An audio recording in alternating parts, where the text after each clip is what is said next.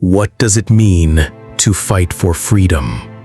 Is it the clash of swords, the roar of guns, or something far more dangerous, something carried not in weapons, but in the human spirit? Freedom is never given, it is seized. And it is defended not with empty words, but with an unshakable will. That fire of will burns within us. It guides us forward even when the cost is unbearable. Because true freedom is never born from comfort, it is carved from sacrifice. And in moments of despair, when the weight of oppression feels unbreakable, I ask myself, what kind of leader must I be? What example must I follow? Again and again, my mind returns to a man who walked this earth long before us. A man who wore no golden crown, but bore a crown of thorns. A man who owned no palace, but gave shelter to the broken and rejected. A man who carried no sword, yet challenged empires with nothing but truth. His name was Jesus. But I do not speak of him as a figure trapped in ritual or divided by religion. No, I speak of him as a revolutionary of love, a warrior of truth, a leader who defied the greatest empire of his time with nothing but courage. What made him dangerous was not an army at his command, but a voice that refused to be silenced. He sat with the poor. He touched the untouchable. He overturned the tables of corrupt merchants, and he reminded the world that justice is not written in laws, it is written in how we treat the weakest among us. He did not kill to save, he died to save. And when I look at our struggle, our people fighting not with hatred, but with vision, I see in him a mirror. I see a reminder that leadership is not about clinging to power. Real leadership bleeds with the people. It suffers with them, and sometimes it dies with them. Some may ask, can a soldier follow Jesus? I ask instead, can a leader ignore him?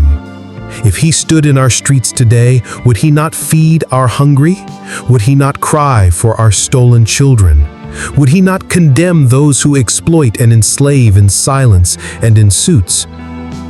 This is why, when I speak of him, not as a distant deity, but as a comrade of the oppressed, hearts begin to break. Even men hardened by war feel tears they never thought possible. I saw it myself in the eyes of Raymond Zondon, not confronted by religion, but by truth. Not defeated by doctrine, but pierced by love. Because that is what Jesus does. He breaks us and then rebuilds us, not as conquerors, but as servants, not as rulers, but as brothers and sisters. We do not need crosses on every hill. What we need is to carry the cross of justice, dignity, and compassion. That is the revolution he lived for. That is the revolution we must continue. The world must hear us clearly. We do not fight because of hate. We fight because love demands it. And yet, this message is not easily accepted. For Jesus was not embraced by the powerful. He was feared by them, not for wealth, not for armies, but for truth. His voice cut through corruption, exposing hypocrisy dressed as faith. He healed the sick, not to impress crowds, but to restore dignity. He touched the leper, embraced the outcast, lifted the prostitute, forgave the sinner. Every act of love was an act of defiance against a world built on exclusion and fear. This was his revolution, not of blood, but of conscience, a revolution that outlived every empire that tried to crush it. And so, when I look at our fight today, our battle for dignity, sovereignty, and liberation, I see the same spirit. We do not rise to become new oppressors. We rise to break chains. We rise to carry truth as our only weapon, courage as our only shield, and love as our only reason. But let us not deceive ourselves. The path of Jesus was not easy. He was betrayed, abandoned, mocked, and finally executed like a criminal. Yet even as nails tore through his flesh, he whispered words that shook the heavens. "Forgive them, for they know not what they do." What kind of man does this? A man who understood that vengeance is weakness, but forgiveness is power. A man who knew that real strength is not domination, but love that endures even in agony. This is the Jesus I speak of, the revolutionary, the truth teller, the one who stood against empires and corruption with nothing but a heart that would not bow.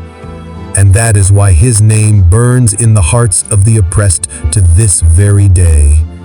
Because his struggle is our struggle.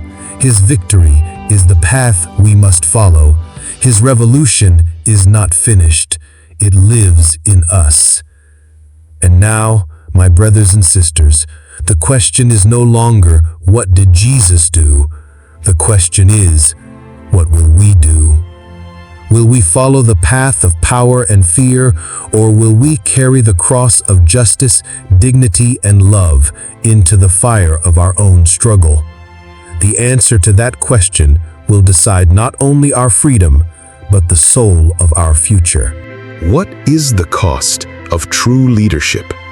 Is it wealth? Is it power? No. The real cost is sacrifice. The cost is blood, sweat, tears, and sometimes life itself. When we speak of leadership, too often we think of titles, crowns, and thrones. But true leadership is not measured by how high you stand. It is measured by how low you are willing to kneel to lift others up. Jesus knelt. He washed the feet of his followers. He broke bread with the very man who would betray him. And even as he was crucified, mocked, abandoned, and left to die, he gave not hatred, but forgiveness.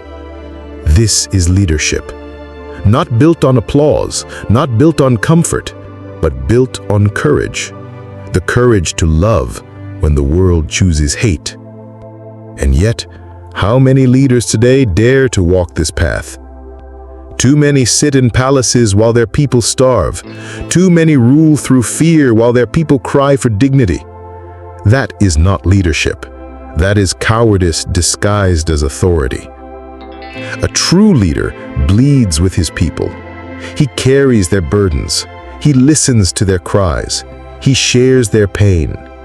He does not demand loyalty. He gives love. He does not demand obedience. He speaks truth, even when truth costs him everything. This is the way of Jesus, and this is the way we must walk if our struggle is to mean anything. But the danger of forgetting this lesson is all around us. Even in our societies today, religion has too often been trapped in rituals, ceremonies, and empty words. Many perform religion loudly, yet remain silent in the face of injustice. They build churches, mosques, and temples, but do not build hope. They wear fine robes, recite prayers, and enforce rules, yet ignore the cries of the poor, the suffering, the broken. Jesus saw this hypocrisy in his time. He called it out with fire. You clean the outside of the cup, but inside you are full of greed and wickedness. What is the use of rituals if there is no compassion? What is the use of prayers if we do not feed the hungry, clothe the naked, or stand with the oppressed? This was his warning, and it is the same warning we must hear today. Because faith without justice is empty. Religion without love is hollow. And this truth shakes the heart even of the most hardened soldier. It broke the silence in Raymond Zondon's soul. A man of war, confronted not by sermons, but by a love so raw it demanded tears. For the story of Jesus is not just religion, it is a mirror that forces every one of us to ask, what do I stand for? Because when we truly see him, not as a distant holy figure, but as a living testimony of sacrificial love, we cannot walk away unchanged. His truth does not condemn us, it exposes us. It reveals both our weakness and our worth. It shows us who we are and who we could be. That is why even the strongest men who have tasted blood and betrayal, break when faced with him. Because his strength is not cold power. It is warm, unrelenting love. A love that forgives the unforgivable. A love that heals even when it bleeds. And here lies the true revolution. Not a revolution of rage, but a revolution of love. Love fierce enough to confront injustice, but pure enough to refuse vengeance. Love that feeds the hungry child not out of pity, but out of dignity. Love that refuses to let chains define us or hatred consume us. This is the revolution Jesus began. Not to overthrow Caesar with violence, but to overthrow cruelty with compassion. Not to shame sinners, but to forgive them. Not to crush enemies, but to pray for them. And in this, he revealed the most dangerous truth of all, that love is stronger than fear, stronger than hatred, stronger even than death itself. So when we rise today, our struggle must be rooted in the same spirit. If we fight only with hatred, then we will become what we despise. But if we fight with love, love for our people, love for justice, love for a better tomorrow, then our revolution will not just change rulers, it will change the very soul of our nation. Love is not weakness, it is fire. It sees injustice and refuses to be silent. It feels the hunger of a child and burns with responsibility, not revenge. It watches our land stripped bare, our dignity stolen, our children forgotten, and it rises not in hatred, but in justice. Because justice is not about punishment. It is about restoration. It is about healing what was broken, lifting what was crushed, and giving dignity where it was stolen. This is the justice Jesus lived for. This is the justice we must fight for. But make no mistake, this revolution is not easy. It is not fast. It is not cheap. It demands sacrifice, patience, courage, and above all, love. It demands that we give not only our strength, but our hearts. That we risk not only our lives, but our pride, our comfort, our safety. And yet, it is the only revolution that lasts. Because revolutions built on hatred crumble. Revolutions built on revenge devour themselves. But revolutions built on love, they endure. That is the revolution we must carry. That is the revolution Jesus lived and died for. So, let the world know, we do not fight because we crave blood. We do not rise because we lust for power. We rise because love demands it. We rise because justice requires it. We rise because the future calls us. And when history remembers us, let it not say we became tyrants. Let it not say we built chains for others. Let it say they fought with truth. They lived with courage. They stood with love. That is the revolution worth dying for. That is the revolution worth living for. And it begins not tomorrow, not in another generation, but right here, right now, in us.